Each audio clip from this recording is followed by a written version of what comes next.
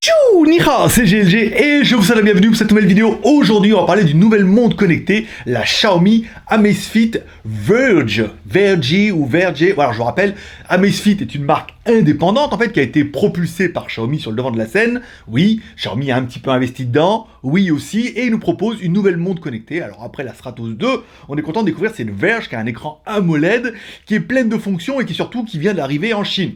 Mais que vaut cette montre? Ben oui, parce que voir les produits en photo c'est bien, mais les voir en vidéo c'est mieux. Alors débridez-vous et découvrez tout notre site tech.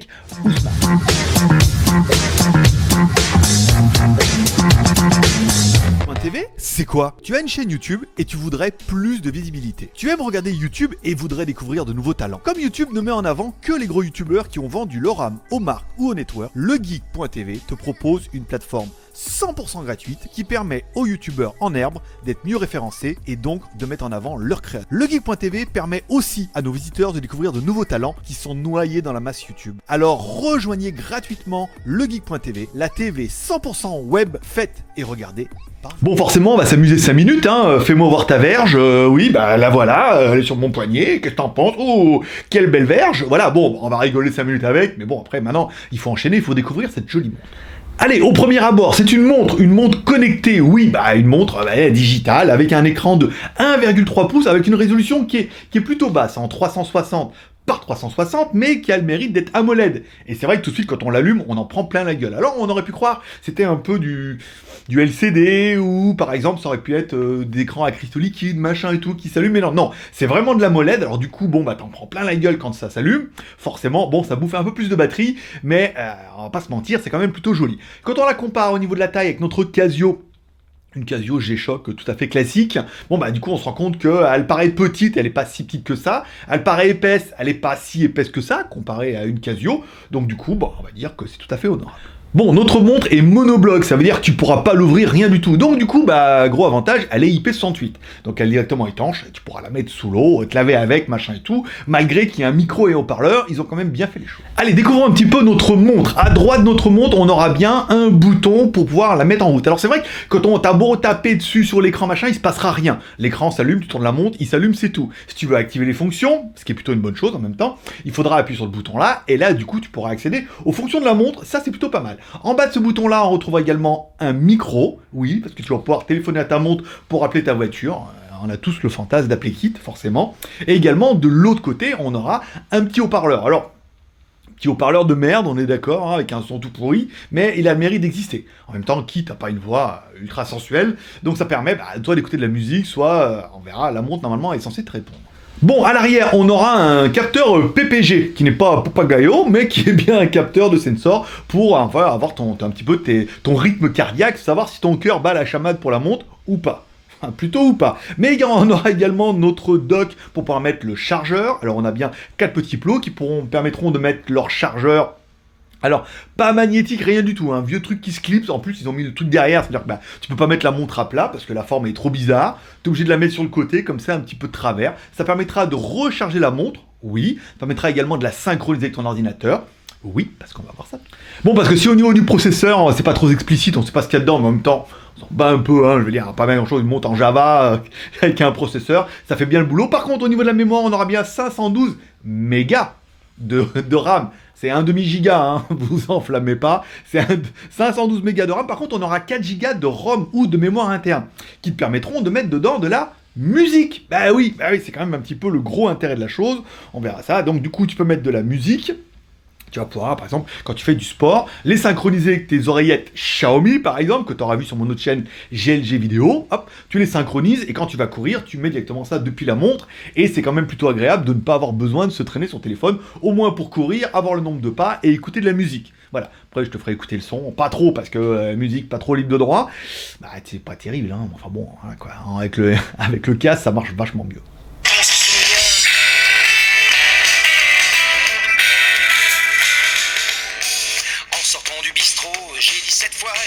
Bon, notre montre sera également Bluetooth 4.0 pour pouvoir communiquer avec ton téléphone, oui. Elle sera également NFC pour faire soit du paiement sans contact, soit par exemple dans le métro. Alors de plus en plus de métros sont NFC, hein, pour les cartes, ça veut dire que tu as juste besoin de mettre la montre, voilà, bon, C'est un peu le futur, ah, c'est un peu, mais là c'est un peu chinois. Alors donc du coup, méfiez-vous un peu pour le moment. Elle est également GPS et GLONASS, mais alors là du coup, on n'a pas réussi à trouver les fonctions dedans. Après, moi je veux bien les croire sur parole, mais pour l'instant, encore une fois, on verra ça après. La montre elle est quand même un peu en chinois.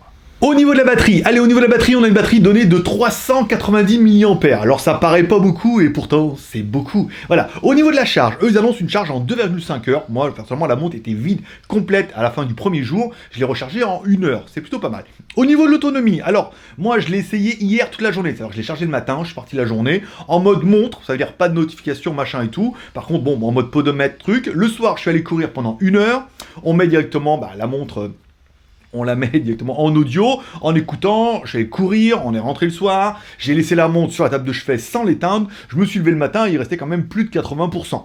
Bon, on va dire 20% par jour en utilisation de base. Écouter un peu de musique, montre podomètre. Ça veut dire que si tu mets quand même beaucoup de notifications, machin, en vibration et les alertes, bon, sache que tu vas bouffer peut-être 30 à 40% par jour. Donc, 2-3 jours d'autonomie, c'est jouable. 5 jours, ça me paraît un peu beaucoup. Quoique juste en mode montre peut-être, mais voilà, on peut estimer que 2-3 jours, elle les tiendra, même si tu la charges un petit peu, ça c'est quand même plutôt pas mal. Bon, rentrons un peu dans le vif du sujet, ça, tu l'auras compris, ce modèle-là, c'est la première montre qui est du coup une version chinoise, qui n'est pas une version internationale. Donc on a des trucs bien, un truc pas bien. Bon, dans les trucs bien, on n'a pas encore trouvé. C'est-à-dire que c'est une jolie montre, elle fonctionne bien, et quand tu mets l'appli sur le téléphone, l'appli est en anglais. Donc tu pourras faire pas mal de choses via l'application du téléphone en anglais, et donc du coup, ça se prend sur la montre. Après, dès que tu veux rentrer dans la montre, là par contre, ça commence à devenir un petit peu bizarre. Avec les sphinx et les pyramides, tu vas pas y retrouver tes petits. Il va falloir améliorer un peu ton chinois, parce que oui, quand tu appuies 2 fois sur le bouton gauche, eh ben ça active l'assistant vocal, le fameux Xiao qu'on avait déjà testé avec le haut-parleur qui marchait pas. Alors Xiao, et du coup, rien du tout, hein. Pas de synchronisation, pas de machin. Ce qui est un peu le problème dans les menus, c'est que tous les menus sont en chinois dans la montre. Dans l'appli, on est bien, mais dans la montre, tout est en chinois. Alors par exemple, moi j'ai un problème avec la musique, c'est que ça met, les musiques sont bien en random, mais ça relie toujours la même musique. Alors tu vas me dire, bien sûr, tu vas sur l'application, tu cliques sur la petite boucle, maintenant le problème c'est qu'il n'y a pas, là il faut rentrer dans les menus, et tout est en chinois, je les ai fait un par un, j'arrive pas à trouver. Donc ça m'a gonflé un peu. Voilà. Pareil, si tu veux rentrer dans les fonctions GPS, machin, les réglages, tout est entièrement en chinois. Donc du coup, est-ce qu'il y a de l'espoir? Oui, il y a de l'espoir. Parce qu'on a déjà vu ça avec les autres montres Xiaomi, c'est qu'une fois que la ROM est disponible en international, généralement on fait une mise à jour via l'application de ton téléphone, une fois qu'elle sera disponible, ça va l'injecter dans la montre, et du jour au lendemain, ta montre pourrait bien se retrouver en anglais. Pourrait bien, parce qu'on a déjà eu le cas avec les Xiaomi Mi Band 2 et 3 qui étaient en chinois dans un premier temps, mise à jour de la ROM, bim badaboum, tout passe en anglais. Mais ça, encore une fois, je ne peux pas vous le garantir. Là, pour l'instant, il n'existe que la version chinoise, pas encore de version internationale, donc vous allez avoir, vous allez pouvoir, comme moi, vous en servir, machin et tout, ça fonctionne très bien. Vous avez vu sur la montre, on voit bien le nombre de pas, on voit bien la météo, vu que c'est synchronisé par rapport au téléphone et l'application est en anglais, ça va. Après, est-ce qu'il y aura une mise à jour en français, en anglais? Peut-être, oui, jamais, non, pourquoi pas. En théorie, j'aurais tendance à dire oui, mais je ne peux pas vous le promettre. Donc prenez pas de risque, si vous voulez attendre la version internationale, attendez, si vous la voulez tout de suite, prenez-la, en sachant qu'il y aura certainement une mise à jour, et s'il n'y a pas de mise à jour, comme il y aura une version internationale qui va sortir après, le logiciel, vous pourrez le trouver. Bon, en attendant, ta montre, bien évidemment, elle fait podomètre, alarme, notification, machin, le classique, le basique, et surtout de l'Orelsan. Donc, mais par contre, c'est truc bien, tu vas pouvoir changer l'écran d'accueil, et avec l'écran AMOLED, c'est quand même le truc que j'avais surkiffé avec la Stratos, et que tu vas surkiffer avec celle-là. Tu en trouveras énormément sur Internet pour changer les fonds d'écran, il existe, tu mets fonds d'écran AMOLED, Amazfit, tu vas en trouver 10 000. Tu vas pouvoir changer un peu les écrans, alors nous, on était partis sur une base, et après, il y a une autre avec des aiguilles, et l'autre un petit peu robot, machin. Il y en a pas mal déjà intégrés dedans. Ils sont quand même super classe, tu vois bien les trucs et tout, ça permet vraiment de changer un petit peu de montre ou de style tous les jours, presque, et tu pourras en télécharger 1 milliard sur Internet, tu mets fond d'écran à Amazfit, tu vas en trouver 10 000, du Rolex, du Tag Heuer, du Casio, du ce que tu veux, du Rado, tous les types de montres sont disponibles, je l'ai déjà fait sur la Stratos, et c'est vraiment l'argument ultime de cette montre avec son magnifique écran AMOLED. Bon, qu'est-ce que j'aurais bien aimé dans cette montre? Bon, elle est belle, ça, on va pas se mentir, elle est très jolie, l'écran est juste exceptionnel. Elle a un design qui est sobre, mais en même temps qui passe plutôt bien. Donc, personnellement, je suis assez fan. Tu peux écouter de la musique et avec tes écouteurs en Bluetooth, avec tes petites oreillettes machin Xiaomi, ça fait très bien. Ça fait un très joli pack. Ça compte les pas, machin, la GPS. La montre est vraiment très complète et ne vaut quelque part que 150 € en import en version chinoise. Pour l'instant, j'ai rien d'autre à vous proposer. Cette montre-là nous a été envoyée par Gearbest. Ils l'avaient en stock. Ils n'arrivent pas à en vendre. comprend pourquoi, hein, par les Chinois de France, voilà. Donc du coup, ils en vendent pas beaucoup, ils ont du stock, ils nous ont envoyé une. Bon, après, dès que la montre va passer en Rome internationale, bon bah forcément, ça vous donnera peut-être un peu plus d'opportunité de l'acheter, si vous préférez attendre. Sinon, foncez, c'est quand même une très jolie montre, très fonctionnelle, et elle ne vaut que 150 balles. Alors vous me direz si pour vous c'est trop cher ou pas assez, mais c'est jamais pas assez cher. Bon, au niveau des points négatifs, moi j'ai trouvé la montre qui était quand même plutôt épaisse, hein. On va dire, ah bah oui, bah on est sur de la montre connectée. Ah, la montre, je veux dire, il n'y a rien dedans, et elle est quand même épaisse comme une grosse montre, comme une grosse Casio. Alors que je veux dire, bah, c'est la batterie. Voilà, c'est la batterie qui prend un peu de place, électronique, donc j'ai trouvé un peu épaisse par rapport à la montre qui est quand même plutôt compacte. Après ça, bon bah on aimera ou on n'aimera pas. La montre qui est Shingley, hein, voilà, c'est bon. Donc du coup, tu as le téléphone qui est en anglais, donc tu peux voir ton nombre de pas, tu peux faire les réglages, les notifications que tu veux mettre et tout machin. Ça, c'est bien. Par contre, la montre est entièrement en chinois et pour l'instant, c'est un peu frustrant. Sauf si tu connais un chinois, hein, je veux dire, tu peux le dire, dis donc, et comment on fait pour faire le réglage là? C'est jouable, mais moi j'en ai pas là sous le coude, donc du coup tu étais un peu frustré d'avoir plein de réglages et de pas savoir du tout à quoi ça correspond et comment changer les réglages. Bon là c'est un petit peu embêtant, donc du coup Shingley, anglais d'un côté, chinois de l'autre, voilà. Bon, c'est un peu l'ouverture 2019, mais bon, pour l'instant c'est un peu frustrant. En attendant, et je vous dis, du jour au lendemain, boum, la mise à jour peut tomber. Et là, du coup, ça sera la meilleure montre du monde, surtout si elle tombe directement en anglais, voire carrément en français, on a déjà. Bon, et enfin, dans les points négatifs, je parlerai du chargeur. Je veux dire, dans une génération où on est tous des chargeurs sans fil, des machins et tout, eux, ils nous ont mis un pauvre chargeur. Alors, oui, il y a des contacts, parce que comme ça, il y a la data, tu peux mettre un petit peu tes informations, parce que je rappelle, avec un chargeur sans fil, il n'y a pas de data, il n'y a que la charge. Oui, mais qu'est-ce qu'ils ont mettre un chargeur avec le fil au milieu? Donc du coup, la montre, elle tient pas à plat, d'accord, mais pourquoi ils ont pas mis le truc sur le côté, machin?